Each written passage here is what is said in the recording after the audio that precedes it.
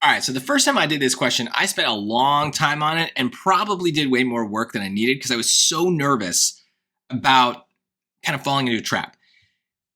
For various reasons, if we need to find g over k, and the system has infinitely many solutions, essentially what works out here is that you can just take this 2/5 that's kind of in place of the g and the 7/5 that's in place of the k, and then just do 2/5 divided by 7/5, and that's really 2/5 times 5/7. The 5's cancel, and that's 2/7, which is a perfectly valid answer. And if you were to put that in a calculator and get a decimal, 0.286 is kind of what you get.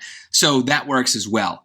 That feels too easy, though. I'm going to be honest. If I could have done that when I did the question the first time, but I wouldn't have felt good about that. If I were really worried about timing, I could do it and then maybe mark it for review and be like, I got to come back and do this another way. The reason I don't like that is, well, again, it just feels too easy for something that's a number 14. Like, we're getting up there. But also, that would also work. I believe that would also work if the system had no solutions. And those are two very different things. But the reason is that the thing that they have in common would be that those are both sets of lines that are kind of moving in the same direction, right? If they have no solutions, they're parallel. So the y-intercept is different, and then they don't ever cross. They just move in parallel fashion together forever. Whereas infinitely many solutions means that they have the same slope, but they also have the same y-intercept. So they're literally the same line the whole time.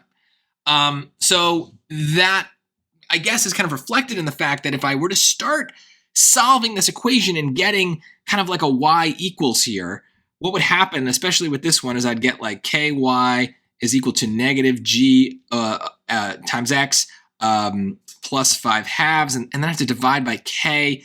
And that gets messy with the y-intercept, but notice negative g over k is kind of already like the slope.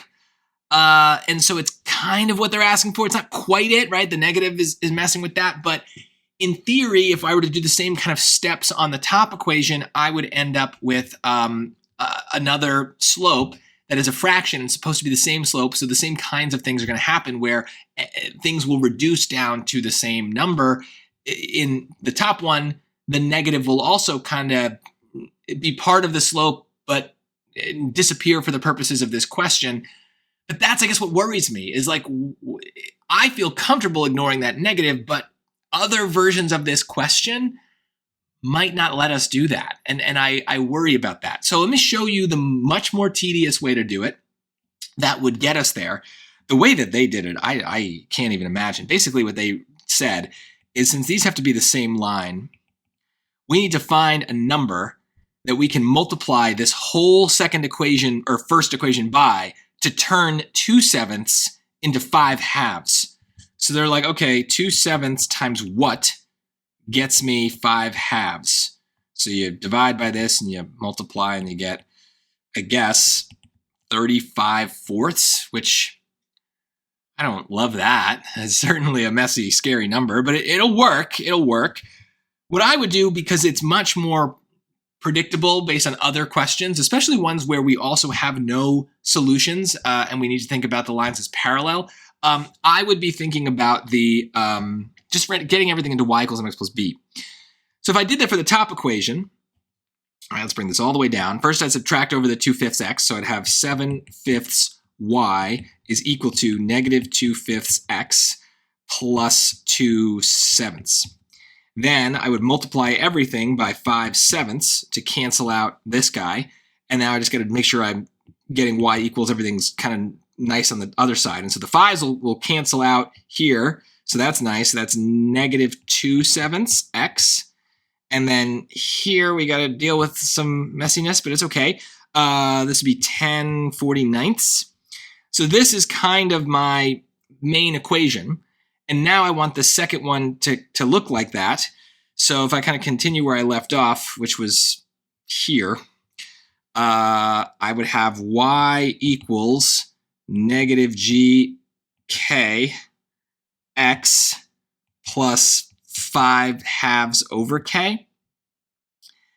And so now I'd be like, all right, if I made g, I guess, It doesn't really work though, does it? So basically, I still recognize that I need these slopes to be the same. So negative 2/7 is negative g over k. I can just drop the negatives on both sides. And at that point, I'd be like, all right, well, that's what they wanted. I'm not going to worry about g or k separately. Let's just keep it as that. So that's just 2/7, and there's your answer.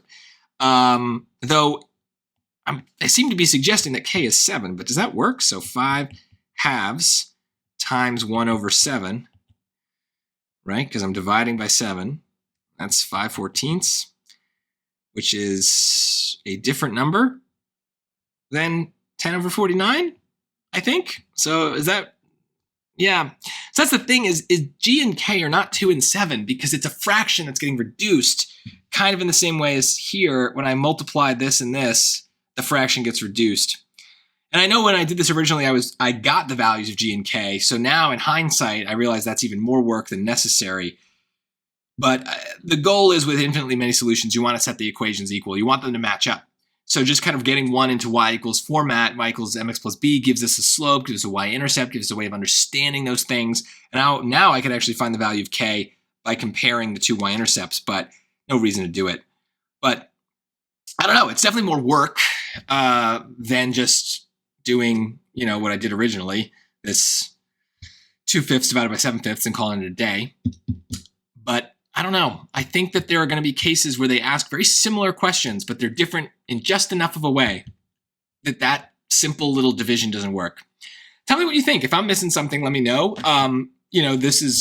It's a scary looking question. It's still easier than it looks, I think. And it does require this piece of information that we have to memorize is how do systems of lines behave? They can have one solution, no solutions, or infinitely many. That needs to be confidently memorized. They are going 100% to ask you at least one question on every SAT that involves a number of solutions, both for linear systems or linear equations like this, or also for quadratics. So that usually comes up too. So we'll see that when we get to it.